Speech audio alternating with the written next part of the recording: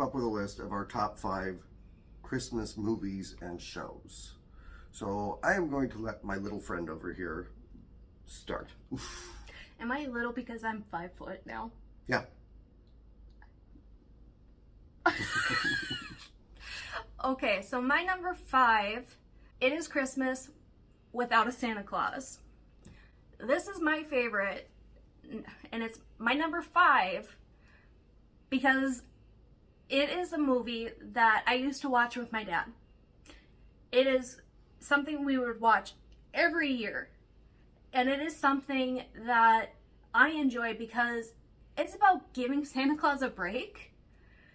And honestly, if you look at it, it's reminding everyone that we should be grateful for the people in our lives, especially single parents, single moms, single dads, because of the fact that we are the Santa Clauses. Mm-hmm. We are trying to do everything in our power to make things work. Mm-hmm. You know, my dad was a single parent for the longest time. And he may not have had a lot, but he tried his darndest to make our Christmas special. Mm-hmm. And in the movie, you know, Santa Claus is tired and he feels like nobody appreciates him. And, you know, everyone in the world decides to give Santa Claus a break. And that's important. And then towards the end of the movie, Santa Claus is like, thank you for recognizing me. And then he still decides to go out and give everyone the Christmas that they deserve. And that's something that is so special. And important to remind people that just because you're the, as I once was described by somebody, the glue that holds everything together, doesn't mean that you don't need a little recognition, a little acknowledgement from the people who are so used to getting from you. Yes. That is one of the biggest things that, you know, what Christmas should be about. Mm-hmm. It shouldn't be about the price tag on the present. That's something that, you know, we've forgotten over the years. Mm-hmm.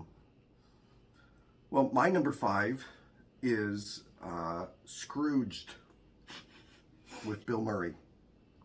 Bill Murray is a great actor. Bill Murray is a great actor. And Scrooged is one of his better movies, in my opinion. Mm-hmm. Directed by the late, great Richard Donner, mm-hmm. Who also directed another classic Christmas movie, Lethal Weapon. Yep. But Scrooged it's got some heart to it. Yeah. It's Bill Murray being a smartass for about 100 minutes, but it also has moments of like tapping into the Charles Dickens story and really. It's definitely a different take on, you know, the beaten down version of, you know, the Charles Dickens movie, because, you know, obviously nobody's listening to that version. And Bill Murray does a very great job of having a dry sense of humor of everything. And, you know, I feel like most people in America listen to a dry sense of humor. Mm-hmm. That is our national sense of humor, yes. Our language. Mm-hmm. And, yeah, Scrooge definitely, it taps into the core of the Charles Dickens story, while at the same time just being funny. Mm-hmm. Yeah, I think that's, honestly, that's something that we need during the holidays, because I personally feel like, you know, it can be very depressing around the holidays because there's a lot of people struggling around the holidays, and that's something we don't recognize. Mm-hmm. We really don't. And it's something that it can be tragic, and that's one of the reasons I'm not a huge fan of the holidays, because everyone's so peppy. Everyone's so, yay, Hallmark movies, yeah! And it's like, shut up. Okay, that is obnoxious. I will grant you that. Please. Hallmark movies are great, though. I'm lying. Not.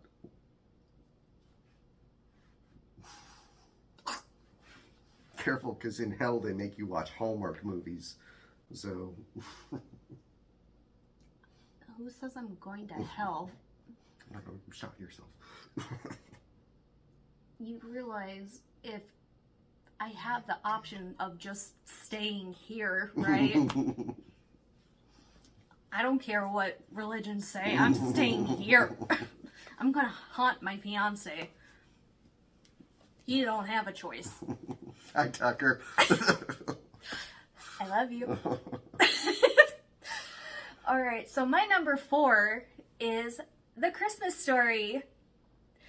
So, you know, I love this movie because of the fact that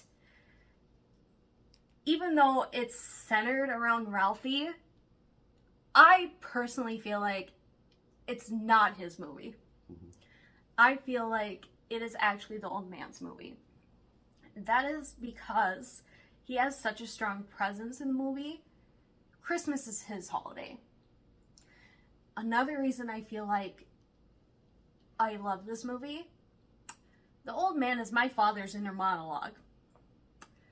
My father loves Christmas. And my father is a very stoic Finnish man. But his inner monologue is this man. He is very, you're going to do it my way or the highway. And I'm going to go get a Christmas tree and I'm going to shove it anyway, but we're going to have the greatest Christmas tree ever. And he's going to hide from carolers. And it's a super dry sense of humor movie. I love this movie. It is so fun to watch. And also, one of the greatest parts of the movie is when Ralphie comes down in the stupid little rabbit outfit. And I can relate because I have had a pajama outfit, not necessarily a rabbit outfit, but a Grinch outfit. And I was about 8 years old. Thanks, Grandma. Please tell me there are pictures. I think my grandma has them. And I hope they are buried in the depths of her collection. And see, Christmas Story was one that I came to late. I didn't really relate to it all that well. Oh, you'd relate to the sequel? Yes, no, I watched the opening of the sequel on somebody's recommendation. You are welcome. So James is a writer. If you are a writer and you struggle with getting published, watch the opening. It is accurate. I started to watch it and I instantly messaged him. I was laughing so hard. And he was like, why should I watch this? And I'm like, just do it. Please. For the love of God, just watch it. Please. And I said to you, is this one of those things where I'm going to kind of be pissed at you afterwards? I didn't really care. People get pissed at me for a lot of reasons, and at the end of the day, I really don't care. As long as you got a laugh. Yeah. I've, a wicked sense of humor that way. Well, my number 4 is National Lampoon's Christmas Vacation. A very good choice. Mm-hmm. And one that I understand almost made your list. Yeah, technically it's my number 6. Mm-hmm. And unlike Scrooged, there is absolutely nothing touching about this movie. Nope. I'm not moved by it in any way. It's just Chevy Chase being a buffoon for 90 minutes. Honestly, one of the characters that rubs Chevy Chase the wrong way, Uncle Eddie. Mhm. I think is so chaotic in the right way. Mhm. I understand to the fullest because I won't say who, but my fiance Tucker has a relative like this, and every holiday, this relative is just like this, and I get it. The vein that forms on Chevy Chase's forehead is the same vein that forms on mine, and it is great. This is the one movie where I am like, I get it. And it is beautiful.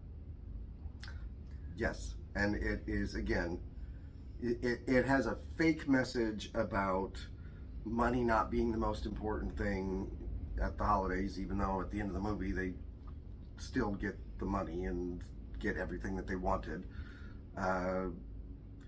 Which of course is a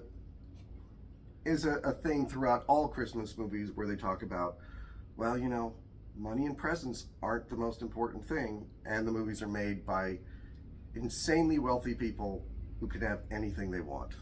Yeah, they spend what, millions of dollars on these productions. Mm-hmm. And then when these movies come out, they roll up in their expensive cars and have their thousands of dollar aviators on and walk in these expensive suits and are just like, oh yes, my movie is so great. Mm-hmm. We don't care about money.